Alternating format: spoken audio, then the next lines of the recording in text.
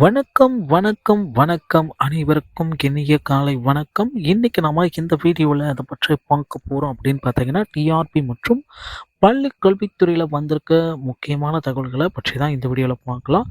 தேர்ச்சி பெற்ற ஆசிரியர்களுக்கு ஒரு மகிழ்ச்சியான செய்தி இந்த வீடியோவுடைய இறுதியில ரெடியா இருக்கு. ஸோ நீங்க பார்க்க மறந்துடாதீங்க.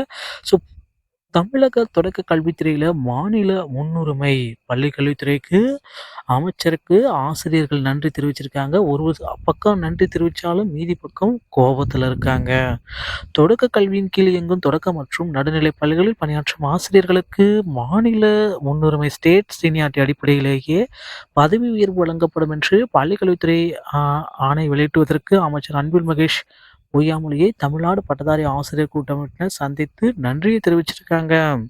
தொடக்க கல்வித்துறையில் சார்நிலை பணிகளின் சிறப்பு விதிகளில் 9 விதிகளில் ஒவ்வொரு ஊராட்சி ஒன்றியமும் ஓர் அலகு என உள்ளதென மாவட்ட முன்னுரிமை அல்லது மாநில முன்னுரிமை என மாற்றம் செய்து ஆய்வு செய்து உரிய பரிந்துரையின் அரசுக்கு அளிப்பதற்கு பள்ளிக்கல்வித்துறை இயக்குநரை தலைவராகவும் உறுப்பினராகவும் தொடக்க கல்வி இயக்குனர் பள்ளிக்கல்வித்துறை இயக்குனர் பணியாளர் தொகுதி இணையினர் நியமனம் செய்யப்பட்டனர்.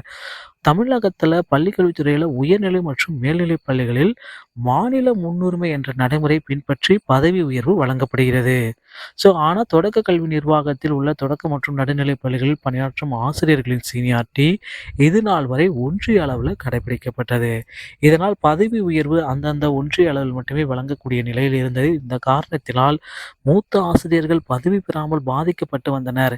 இந்த நிலையில் தொடக்க மற்றும் நடுநிலைப் பள்ளிகளில் பணியாற்றும் ஆசிரியர்களின் கோரிக்கையினை தமிழ்நாடு முதலமைச்சர் கவனத்திற்கு கொண்டு செல்ல நிலையில் அவர்களுக்கு இனிவரும் காலங்களில் மாநில முன்னுரிமை ஸ்டேட் சீனியாரிட்டி வழங்கப்பட இருக்கிறதுங்க. அதனைத் தொடர்ந்து பள்ளிக்கல்வித்துறை முதன்மை செயலாளரும் குமரகுருபரன் டிசம்பர் 21ஆம் தேதி வெளியிட்ட அரசாணையில் தொடக்க கல்வித்துறையில் பணியாற்றும் ஆசிரியர்களுக்கான பணி வரன்முறை விதிகளில் மாற்றம் செய்யப்பட்டு அளவிலான விதிமுறைகள் 2021 31ஆம் தேதி முதல் அமல்படுத்தப்படும்.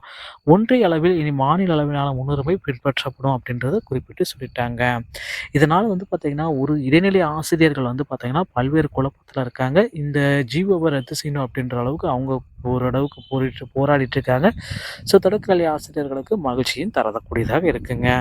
இதுக்கு அடுத்து பார்த்தீங்கன்னா, டெட் ஆசிரியர்களுடைய பணி நியமனம் இந்த 149 ஜிஓவ நீக்கிறதுக்கு உண்டான ஒரு புதிய மாற்றப்பட்ட வகுக்கப்பட்ட அரசாணைய தமிழக அரசு ரெடி பண்ணிட்டு இருக்கதா சொல்லிட்டு இருக்காங்க.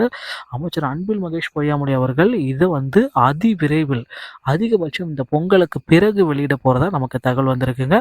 பொங்கலுக்கு பிறகு பார்த்தீங்கன்னா, நீங்க எல்லாருமே எதிர்பார்த்த மாதிரி பிஜிடிஆர்பி உடைய நோட்டிஃபிகேஷன் இந்த பிஜிடிஆர்பி நோட்டிஃபிகேஷன் பார்த்தீங்கன்னா, பொங்கலுக்கு பிறகு நமக்கு கிடைக்கும். கிட்டத்தட்ட பிஜிடிஆர்பி உடைய ஆசிரியர்கள் 15,000க்கும் மேற்பட்ட ஆசிரியர்கள் தமிழகத்துல தேவைப்படுறாங்க.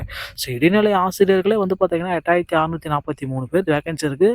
1,500 பேர் புதிய அறிவிப்பா வெளியிட்டிருக்காங்க. ஆனா இப்ப இருக்கிற சிச்சுவேஷன்ல அதிக அளவு பிஜிடிஆர்பி வேகன்சிஸ் இருக்கு. அது எவ்வளவு வெளியிட போறாங்கன்றத நம்ம பொறுத்து நம்ம பார்க்கலாம்.